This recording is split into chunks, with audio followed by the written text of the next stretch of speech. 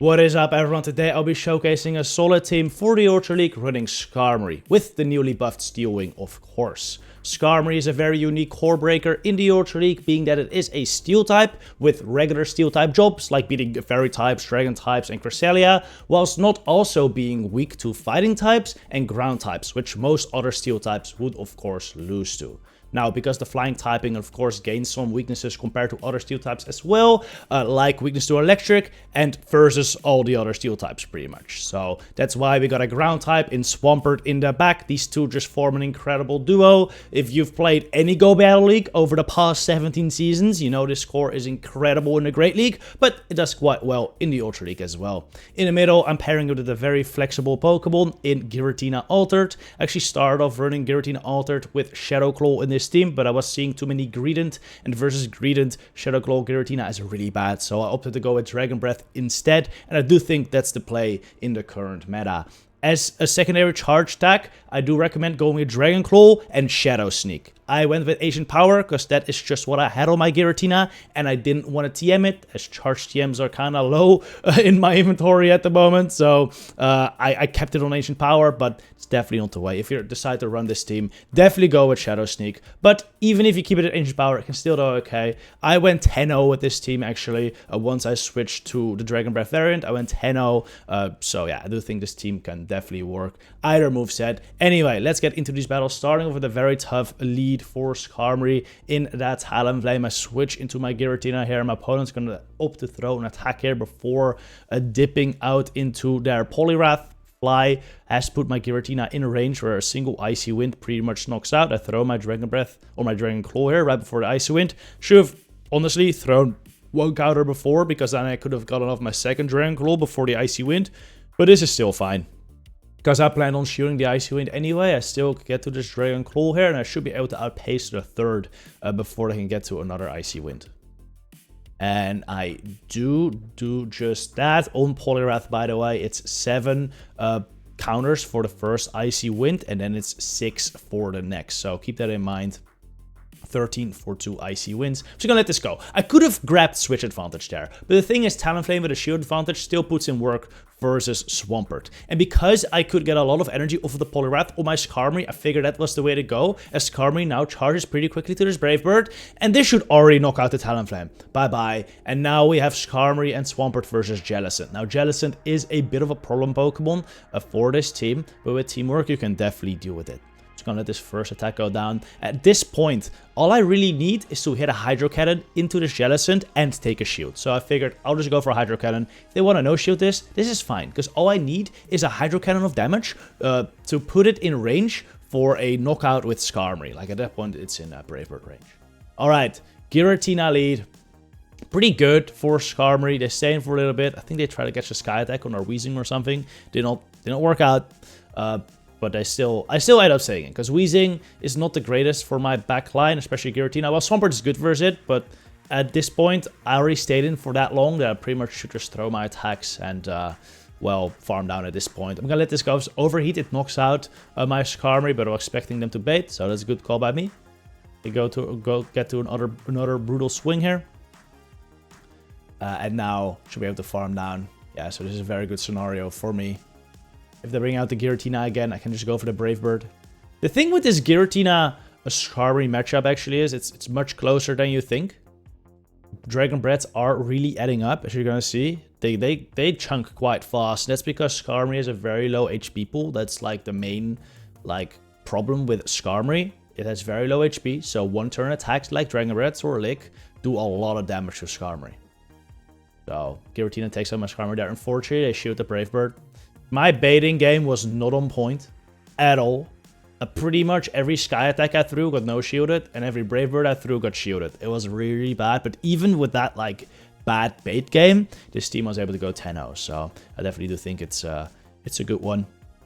We're gonna let the Dragon Claw go because the shields are down, and I have Swampert versus Tentacruel. That's another thing I really like about this team. I pretty much triple beat Tentacruel.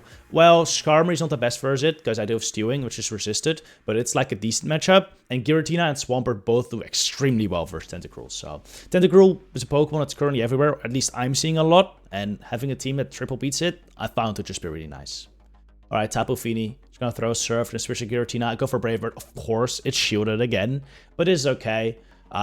You know, the nice thing about throwing Brave Bird there is even if they shield it, I'm still in an okay spot. Because I really didn't mind that shield, because getting shields down for Swampert is like really nice too. So that's why usually, even if it's like a 50-50 between then no shielding or shielding, I always go Brave Bird. Because if they shield, that still puts me in a decent scenario for the end game with a Swampert shields down. Yeah, I'm just gonna let Giratina go down. I don't have like the best answers for Tapu Fini, so the way I want to play it is to just get energy on one of my Pokemon and then nuke it with a Brave Bird or an Earthquake later. So get some energy on Skarmory. Now I can go for another Brave Bird really quickly. They're already a shield down, but they know Brave Bird is going to do loads. So they actually shield it up. Now I bring in Swampert, whilst I bring in Charizard. This game is just over. Swampert would have swept. GG. Alright, Skarmory into the Guzzlord. It's actually a kind of a closer matchup than you want it to be. The thing with Skarmory is that you often have to throw Brave Birds to really get a knockout. Sky Attack would not have done it here. They would have gone to another Crunch, and because my defense is dropped, because they got lucky there, it would have knocked me out pretty much. So I actually go for the Brave Bird, hoping they let it go, but no, they shield it, of course. Now I'm gonna have to go into Giratina. This is a nice thing about Dragon Breath Giratina, though.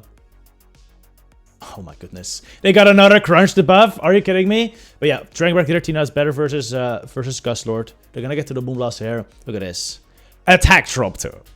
Oh my goodness. The RNG was crazy. The RNG was just crazy. But that's the state of Ultra League right now. It's just debuffs all over the place. If it's not Scald, it's Crunch. If it's not Crunch, it's Moonblast. If it's not Moonblast, it's you debuffing yourself with the Brave Bird, okay? It's just debuffs all over the place. Zap cannons as well.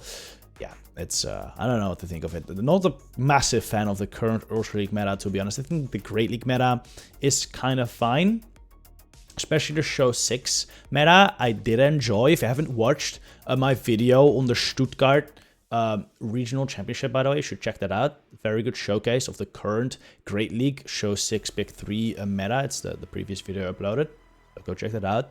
I quite like it. I quite like it because Scald does not seem so present, and because everything is more squishy, you get to less Scalds anyway. So, but in Ultra League, like if you face a Tentacruel, it's gonna get to at least like 3 or 4 Scalds a game, which is like 2 debuffs on average, which is crazy.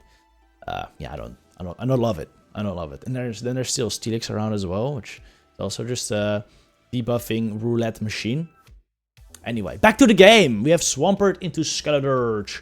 I do like the presence of these Incinerate users, to be honest. I saw several Skeledirge, several Talonflame, and they are very fun to battle. Or play, to be honest, as well. Okay, Poliwrath lead.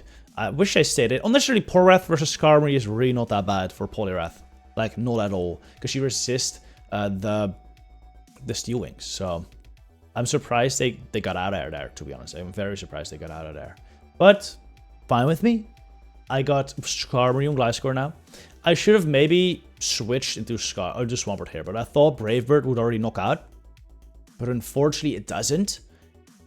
And I can't even Steel Wing down. So I didn't want to use a shield on my Skarmory there, so I decided to switch to Swampert. This might be a mistake, because originally I was saving the Swampert, because I'm expecting them to have a stronger answer for Skarmory in the back, and generally, stronger answers versus Skarmory are weak to Swampert, so saving my Swampert for the end game would have been a better play. But unfortunately, because they got to another Night Slash and I did not want to invest a shield there, I was kind of forced to catch it onto my Swampert. I could have honestly also considered catching it on Giratina though, because even though it's a super effective Night Slash, it wouldn't even do that much. Anyway, we're still not in a bad spot here though. I can get to a Sky Attack versus the Poliwrath, which they shield, and now I should be able to reach a Brave Bird before they reach 2 charge attacks of their own, which even if they debuff me, should put me in a good spot. Oh, another debuffing move, Icy Wind. I don't mind Icy Wind as much though, because it's not like that strong of an attack, and it's a guaranteed debuff, so you're not playing a roulette pretty much every game. Oh my goodness, it's this match.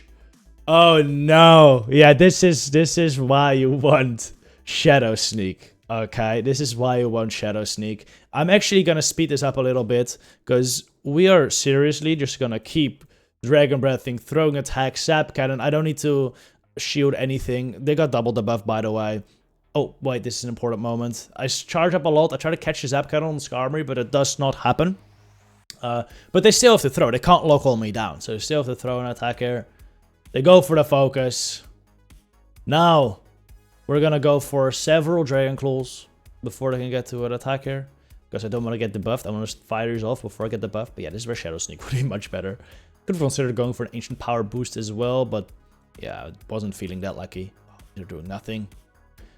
Now they throw another Zap. I'm kind of expecting them to try to catch an attack on Poliwrath at this point. So I'm being very careful about when I throw my attack. I keep farming, I keep farming, I keep farming. And I throw here.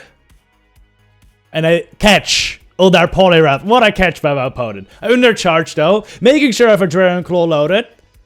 Go get to the Dragon Claw.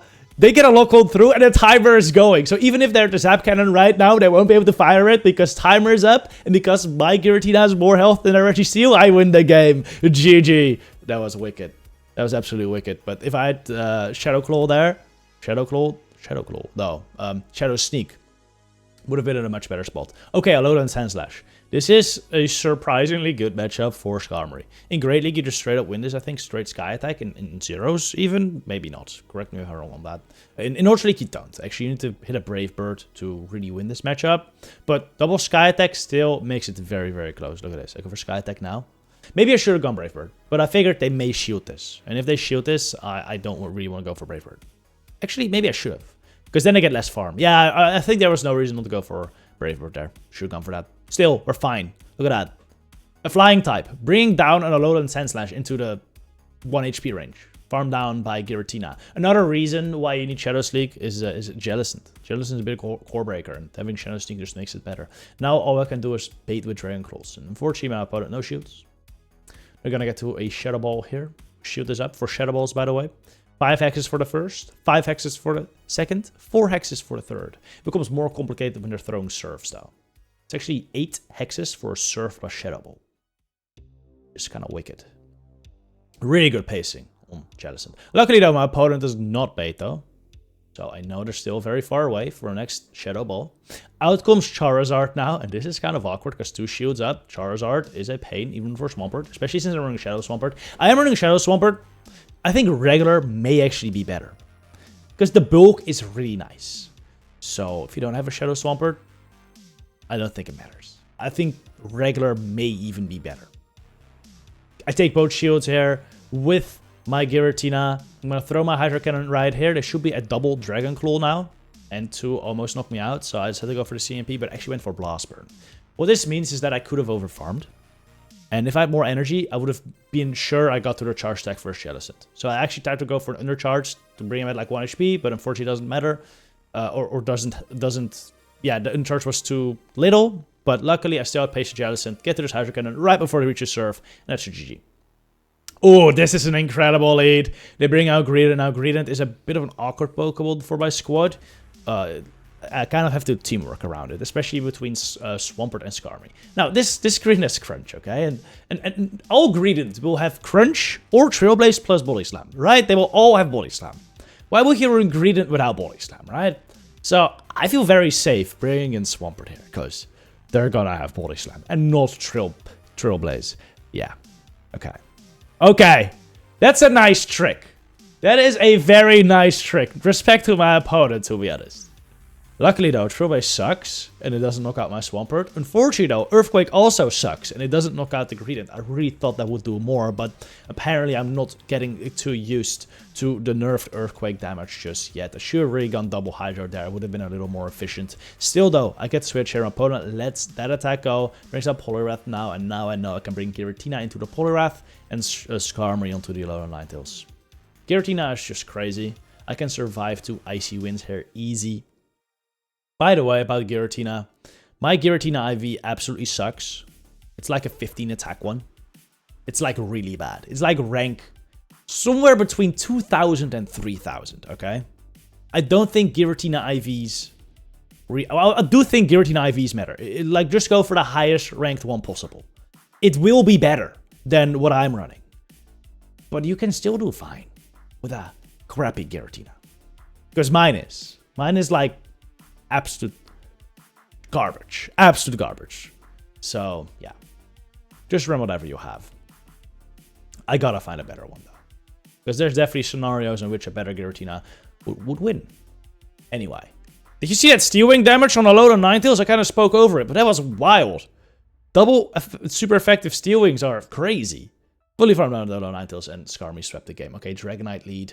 As you can see, versus Dragon Breath users, Skarmory is a little disappointing. Because those Dragon Breaths are doing just as much as Steel Wing.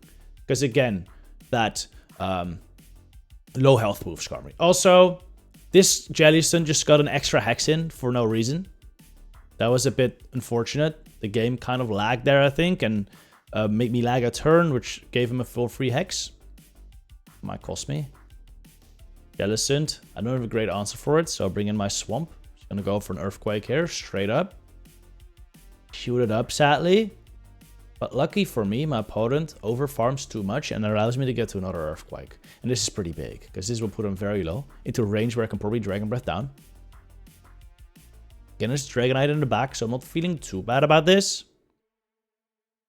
Because both of Pokemon do okay versus Dragonite, especially if I can get a little energy of the Jellicent. If they bring in the Dragonite now, should be able to outpace to the next Dragon Claw.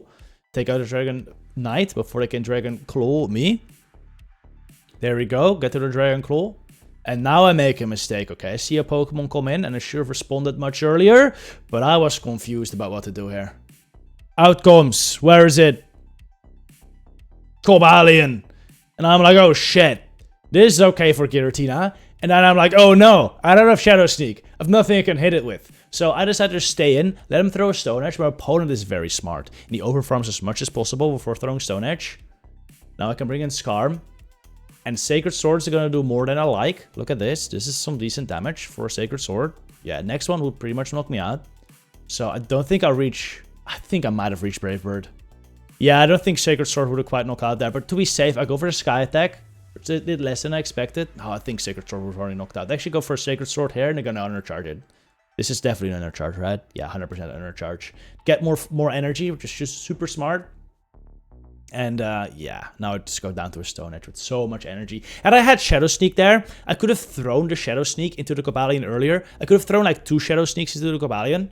And then go into Skarmory and Sky Attack and be in like a much better position. So yeah, definitely go Shadow Sneak on Giratina if you're running this team. It definitely helps out. But if you don't have charge TMs like me, Ancient Power can definitely work too.